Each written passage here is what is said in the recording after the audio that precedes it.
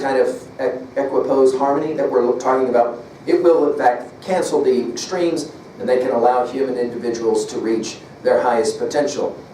From these distinctions, by letter 24, he's ready to start talking about the individual humans, and then, of course, humanity. We move from psychology to sociology in our Big Five. In general, there has to be a developmental stage of at least 3 kinds of movements: physical, aesthetic, and moral, right? In the initial nature, humans are, in fact, ruled by nature, right? When reason begins to stir, as he will call it, quote, man leaves the narrow confines of the present in which mere animality stays found in order to strive towards an unlimited future, end quote. In other words, we start out mammals. We become humans through the process of our education. It's an interesting argument. Now, reason, of course, seems entirely opposed to natural life. Its unconditional laws are experienced as, right, only coercive. They make us do things. Man is born free, but is everywhere in change. Humans will either resist the law of reason, right, and then just want to be happy all the time, or it's going to enslave them, and then we'll end up denying our sensuous natures entirely. Right beauty, however, can unite humans in their natural, in their rational sides. It can facilitate our entry, as he says, into the world of ideas, but without leaving behind the world of sense. So in other words, education, he argues, this had a huge effect on American thought in education.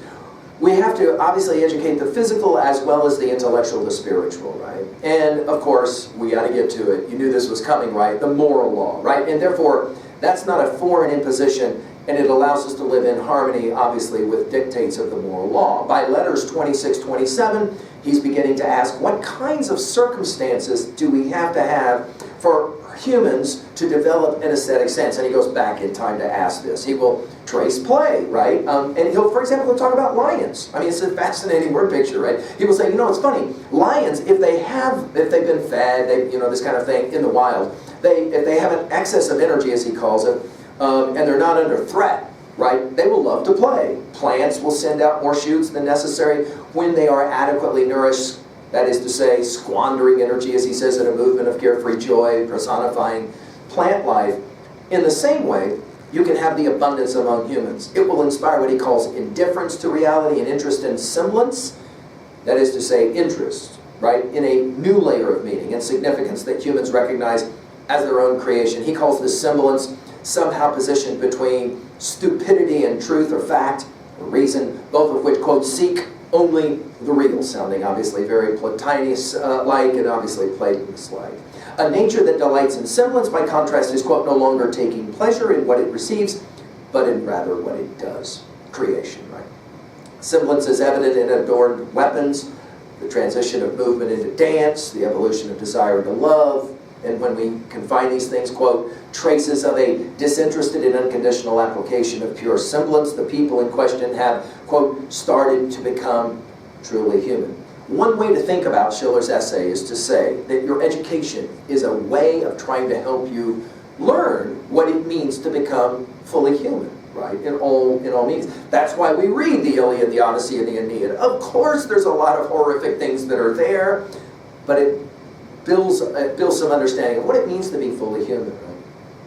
One last group of distinctions, Schiller will then play around with his tripartite, right, analysis to political views and political states, and we can't help but begin to already get ready for our Hegel here. The dynamic state of rights, he will argue. Humans in this state limit each other's behavior through force. We're going to think, of course, of this distinction being made as well in John Stuart Mill's on Liberty, right? From the dynamic state of rights, we move to the ethical state. Here, humans will curb their desires out of respect for some kind of abstract moral law. And then finally, the third option, you can see where this is headed, right? This is the what Schiller will call the aesthetic state. He claims this one has the highest potential because it, quote, consummates the will of the whole through the nature of the individual, end quote. Now, obviously, the question of the aesthetic state is, if citizens are going to do their duty out of some inclination, then we have to encourage the balancing of their fellow citizens' rational and sensible capacities and act as unified, harmonious human beings, right? Now, of course, in a state like this, he makes the argument that privileges are then less tolerated, right? He will admit in his last paragraph that, quote, such a state of aesthetic semblance is rare, but it does, he say, exist in a few chosen circles in which humans are governed by their aesthetic nature and so exist in freedom and cooperation with others. We cannot help but think in our study, of course, of Ayn Rand's Atlas Shrugged, that there is that little place in the mountains where a certain group of people will live, and there's equality in some very interesting ways that's, of course, built around the notion of excellence. Now, by the end of all of this, certain readers were ready to critique this pretty harshly, right? They were, first of all, they were confused about a lot that he said, and they said that, you know, he doesn't go far enough to explain what's going on with his view of education and pedagogy. He is, to some degree, unclear about this aesthetic state, right? Is it the means to the achievement of full humanity, or is it the end, right, in the end? He seems that he didn't answer one of the very beginning questions, right? A good state or a good group of citizens, which has to come first, right? In other words, does one make the other? Obviously, this is not a new question. This is the question of Plato's Republic, as we've said in other lectures, right? There is an argument for some elitism here, obviously. There is, as well, the argument that really he's not interested in politics, but some kind of apolitical view of this aesthetic state. And obviously Marx and Marxist critics have looked at that perspective, obviously, as they've critiqued this. Some have seen this as Schiller's really political statement of republicanism.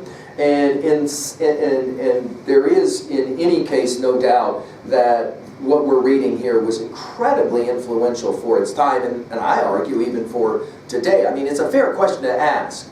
Given the crazy insanity that we're now living through, what is school for? I mean, we're obviously going to ask this question as it relates to form. I mean, if we could do it online, then why do we have to be in school anymore? There's a lot of debate about that.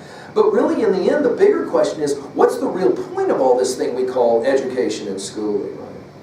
Now, of course, play and the idea of play has been a big part of this essay as well, as we've mentioned Wittgenstein and any number of other thinkers as well, right? As we think about the Frankfurt School, as we've lectured on them elsewhere, the Frankfurt School, Marcuse comes to mind, Coleridge comes to mind, this idea of what school is really about. That is to say, it's about where we learn how to play and all of the different meanings of that. Finally, we can mention the great philosopher Habermas, who, as we've talked about him elsewhere, he saw in Schiller's idea of the aesthetic state in some ways what he calls a vision of, quote, communicative, community-building, solidarity-giving force of art, right? Obviously capable of revolutionizing the conditions of mutual understanding, as Habermas will say it. Now, this obviously has its problems as well. Obviously, the source of insight and the nature of modern politics is at play here as well.